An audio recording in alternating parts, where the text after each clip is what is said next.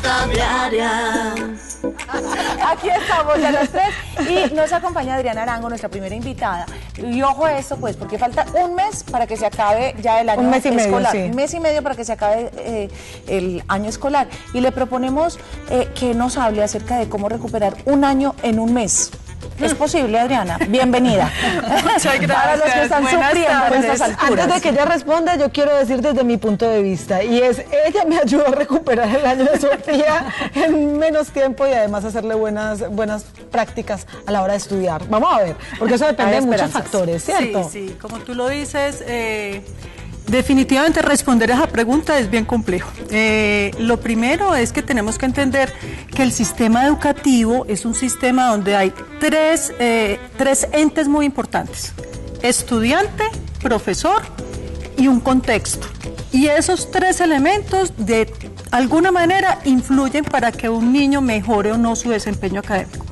Empecemos por el estudiante, que para mí es lo más importante a la hora de definir si se va a mejorar o no en el desempeño y si se va a recuperar o no el año. Lo primero es la motivación. Cuando tenemos un estudiante que está motivado, que quiere, que está interesado, el proceso obviamente va a ser más sencillo, más fácil lograr, ¿cierto? Esa motivación no es solamente, sí, yo quiero. No, eso también incluye responsabilidad, hábitos de estudio, trabajar en el colegio como tiene que trabajar. O sea, es un conjunto de aspectos que tiene que vivir el estudiante para poder avanzar en su proceso. Que no necesariamente tiene que ver con la motivación de me gusta esta materia o no me gusta, porque hay algo que dentro de las inteligencias hay cosas que a uno no le gustan, pero que sabe que las tiene que pasar porque las tiene que pasar. Sí, eso es muy importante. Y hay que enseñarle a los estudiantes, a los niños, pues porque ellos siempre preguntan, ¿para qué voy a estudiar eso si no la voy a necesitar? ¿Cierto?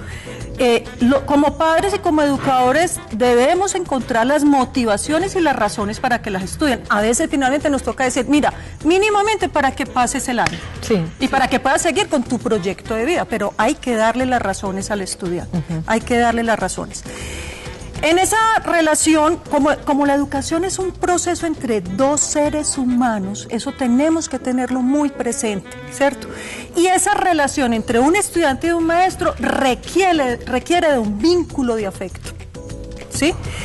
Ahí nos hacemos la pregunta, ¿en un colegio, en una institución educativa, se generan estos vínculos de afecto? Algunas veces, sí, pero no siempre se logra ese vínculo afectivo. Y para el estudiante eso es muy importante. Entonces, lo primero es pensar en el estudiante si realmente quiere ganar el año. Mira, los papás son desesperados, es que tiene que ganar, es que no es lo que tú quieras, es lo que quiera él. Entonces, cuando preguntan, ¿entonces qué hago? A veces hay que dejarlos estrellar, son golpes muy duros, son costos muy altos, económicos, en tiempo, en la parte social, pero hay que dejarlos para que ellos se entiendan, ¿cierto? Y obviamente, pues consensuar unas normas, bueno, ¿cuáles son las consecuencias en esta casa cuando no se cumple con esta que es tu obligación? Porque tampoco es, listo, estrella, pierda el año y piérdalo, y no pasó nada. Jugar con el videojuego. Venga, le va a cambiar el celular. No. Para algunos niños y jóvenes es tan difícil estudiar. O sea, y uno ve que son niños y jóvenes con unas capacidades impresionantes para muchas otras cosas, pero que no son capaces de quedarse quietos o no tienen el hábito. ¿Cuáles son las principales dificultades que alejan a los jóvenes del estudio? Bueno, ahí pues también hay muchos elementos. Yo pienso que lo primero precisamente es la motivación, y es encontrar que el estudiante le encuentre el por qué y el para qué a algo. Si no lo hace, ¿yo para qué estudio? Y eso le pasa a un niño, a un estudiante, a un joven y a un adulto, ¿cierto? Entonces lo primero es encontrar esa motivación. Es pienso yo, responsabilidad de los papás todos los días insistir en la importancia de estudiar, ¿cierto? Ahora, vienen otros elementos que ya son más externos, como por ejemplo algunos diagnósticos que se les hacen a los estudiantes, ¿cierto? Que el sistema educativo, hablo del sistema educativo colombiano, a veces excede un poco, ¿cierto? Entonces, desde el principio, desde muy pequeños, desde un preescolar ya le están rotulando etiquetando, con un déficit, con una hiperactividad. No siempre es eso, pero a veces eso sí está y es necesario hacer una intervención, ya sea clínica o a través de terapia, ¿cierto?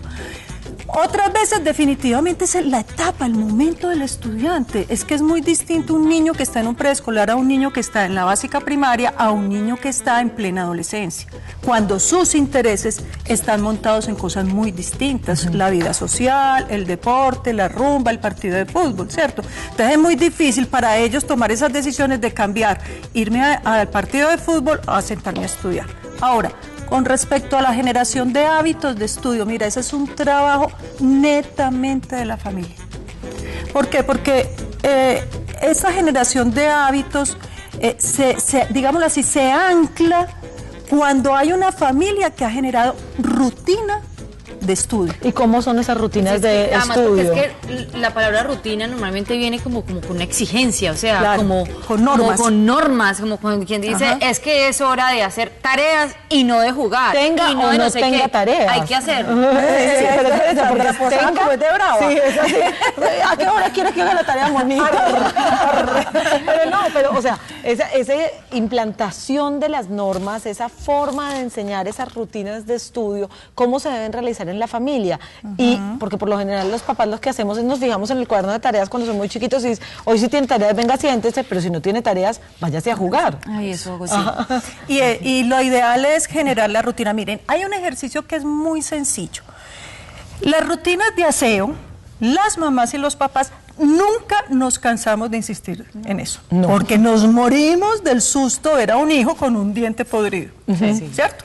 O que salga con el cabello sucio, o que salga con un mal olor. Nunca nos cansamos de insistirles, lávate los dientes. Mamá, voy para el colegio, ya te lavaste los dientes. Mamá, me voy a acostar, ya te lavaste los dientes. Yo le digo a los muchachos, cuando tu mamá se va a acostar en este momento, en esta etapa de la vida, ¿tú tienes abuelitas? Y me dice, sí, claro, la mamá de mi mamá. Ah, bueno, la mamá de tu mamá la llama a las 10 de la noche y le dice, mijita, ¿ya te lavaste los dientes? Y ellos se mueren de la risa. Y yo le digo, bueno, es porque esa abuelita generó una rutina de aseo en tu mamá, que luego pasó a ser un hábito. En el hábito no hay dependencia del adulto. Yo solito, autónomamente, hago las cosas. En la rutina necesito de un adulto que me esté recordando lo que debo hacer. Pues resulta que en el estudio ocurre lo mismo. Con un elemento adicional, y es que, a ver, a nivel cerebral hay un área en donde se desarrollan lo que denominamos las funciones ejecutivas.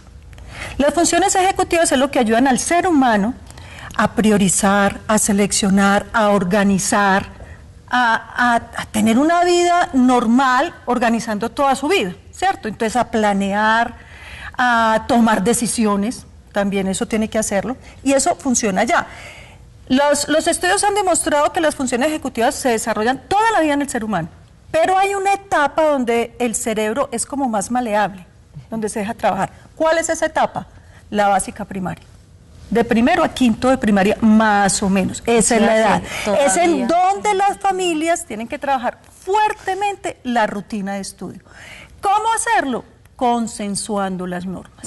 Consensuando normas. Es que un niño debe tener tiempo, después de que llegue del colegio, debe tener tiempo para ser niño, para jugar, pero debe haber un tiempo para estudiar. Obviamente, a medida que van pasando los grados, pues ese tiempo va aumentando. Pero a un chiquito, pues póngale un ratico chiquito. Pero créele la rutina, que él día tras día, sé que de 5 a 5:30 tengo que estudiar, hasta que se genera el hábito.